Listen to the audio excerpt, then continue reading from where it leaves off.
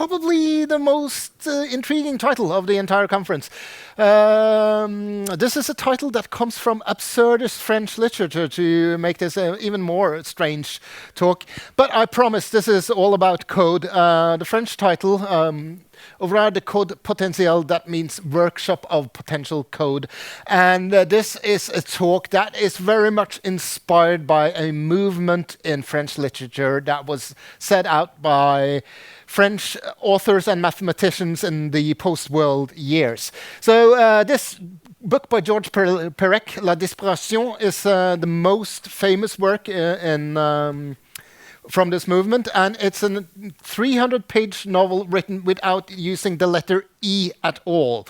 Now, the letter E is the most common letter in the entire French language, and for those of you who read French, this reads pretty fine without using it entirely. There's even an English translation of this, writing this in English without using E, which might even be a bigger feat than doing this in French in the first place.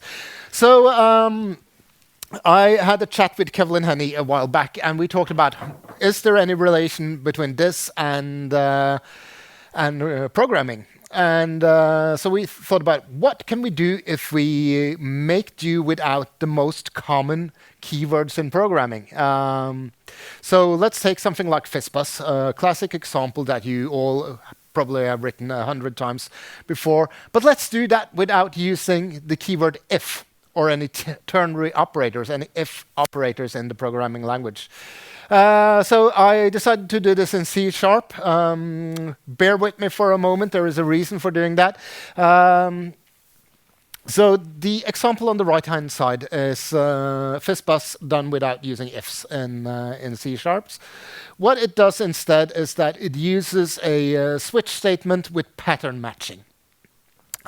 Which is one of the more recent features in C#. But this being a Java conference, I thought I would be nice and do this in Java as well. So I sat down, scratched my head for a few minutes, and then I figured out the probably best way to write this in Java without using ifs is to really misuse the string repeat feature. So what this does is that it repeats the words fis or bus 0 or more times based on the conditions that apply to the FISBUS example. And I really liked the Java example because it was so dense and so succinct. But let's get back to the C# thing, because there is this discovery in here. When I wrote this in C#, I realized after looking at it for a couple of times that I had, in fact, invented Haskell. Because this is how you actually would do the canonical version of FISBUS in Haskell. And it's very similar syntactically and structurally to what I ended up with in C# when I took away a language feature. And the reason for this is, of course, that these are very different languages with different design philosophies. But you are not necessarily trapped to the design guardrails, so to say, of your language. With modern programming languages, we do have quite a few choices we can make around style. And that is where this gets interesting in experimenting with programming languages in this sense. This is another one of those absurdist work. This is 100,000 billion poems by Raymond Queneau. And it's a book with individual lines, pages that you can turn over for every single line, resulting in this book having that many different poems in it, which makes this an interesting book. But what can we do with this if we think about programming languages? Well, let's do FISBUS again. Just for fun, if my sort of fun, I wrote this piece of Python code that generates Python code. And it does so pseudo-randomly, because we want to have 100 million different ones. We do not want the same ones over and over again. So that introduces interesting problems like how do we ensure that randomness is truly random and does not repeat and so forth, which uses, in this sense, a cryptographical hash and so forth. And then we can just run this thing. It will run for forever and ever. So it's probably not a good way to solve the FISPAS problem, but it's a way to do it, and it's a way to discover features of the Python programming language. Yet another book.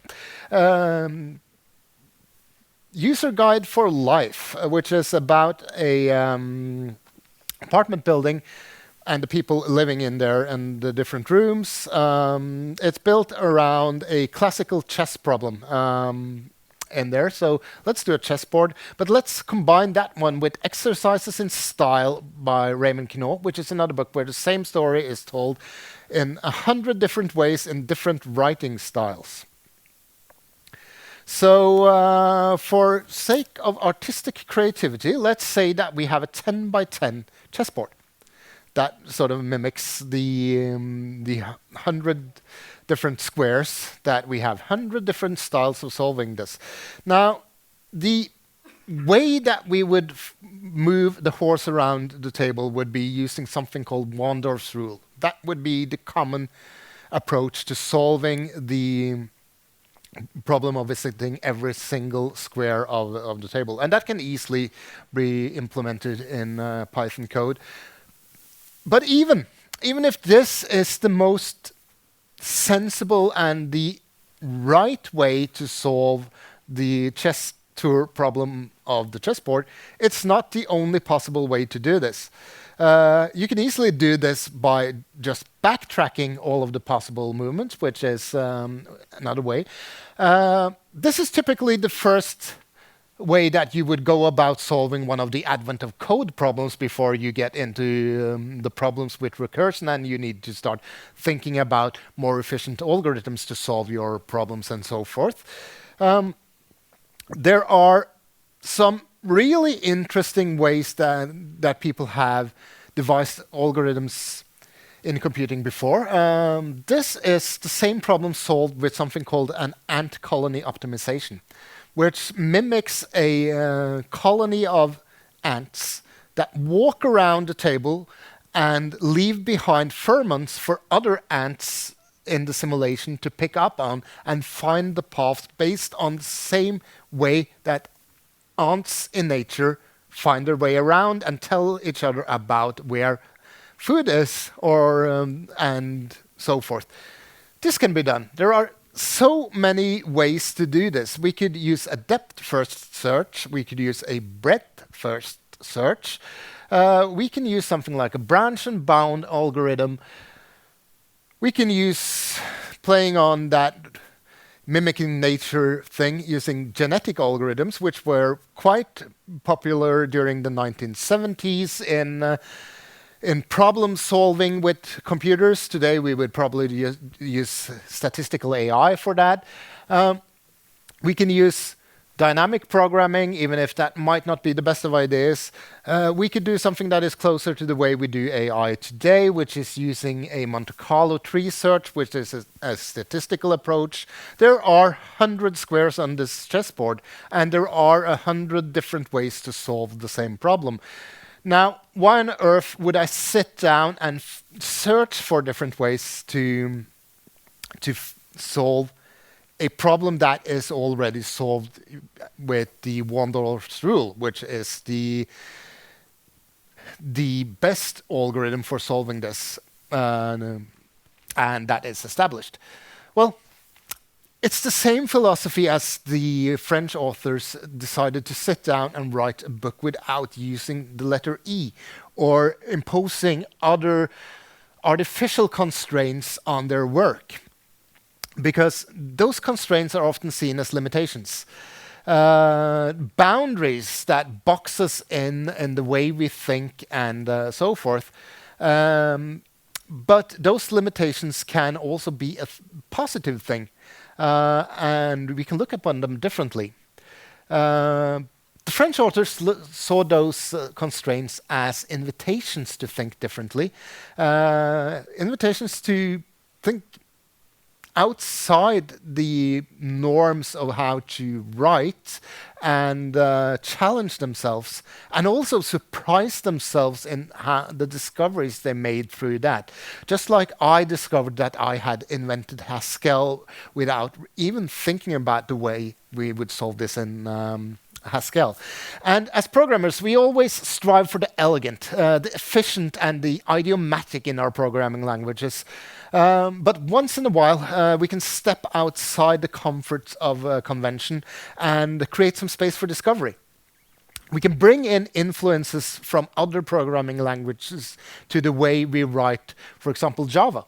Look at how you would solve a problem in Ruby or Python, which has different idioms, different ways of approaching things, and find new paths to solving problems. There are hundreds of them. And we can also discover new things in our languages that we very seldom use or haven't found the time or bothered to learn in the first place. There are so many neat little features that you might not use out of habit. Restraining yourself and giving yourself limitations will help you to discover those. And one of the good things is that programming can be very repetitive, especially if you work on sort of enterprise-style projects. These days, much of our programming is really just instructing an AI agent on how to solve problems. But once in a while, it's good to just take a step back and make familiar tasks strange again. And in doing so, making them interesting again and finding a new joy in programming. Because as they say in Japanese philosophy, there is something happening in between. And this is one opportunity for you to find out what appears in the space between the things we use in our programming languages. So that's a short inspirational story. We have about 2 minutes if anyone has any questions or anything around why on earth did I go about doing something this stupid. If not, I will give you an early break if you want to go to a different talk in between. Or how do you know how to lay which constraints on your programming? That's a good question. So the question was, how do you know what constraints to put on your programming? You don't. You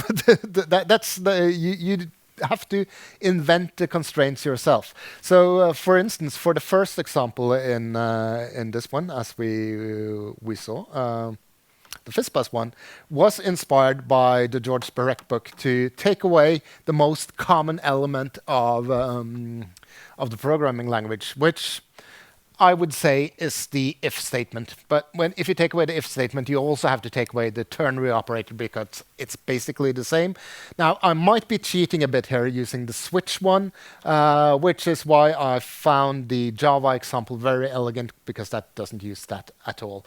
But you need to, that's part of the process, finding some constraints that would make sense for the problem you have at hand.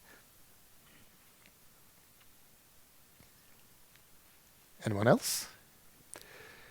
We have a minute. If not, thank you all for coming. I know this is a strange talk. It's a talk meant for you to think.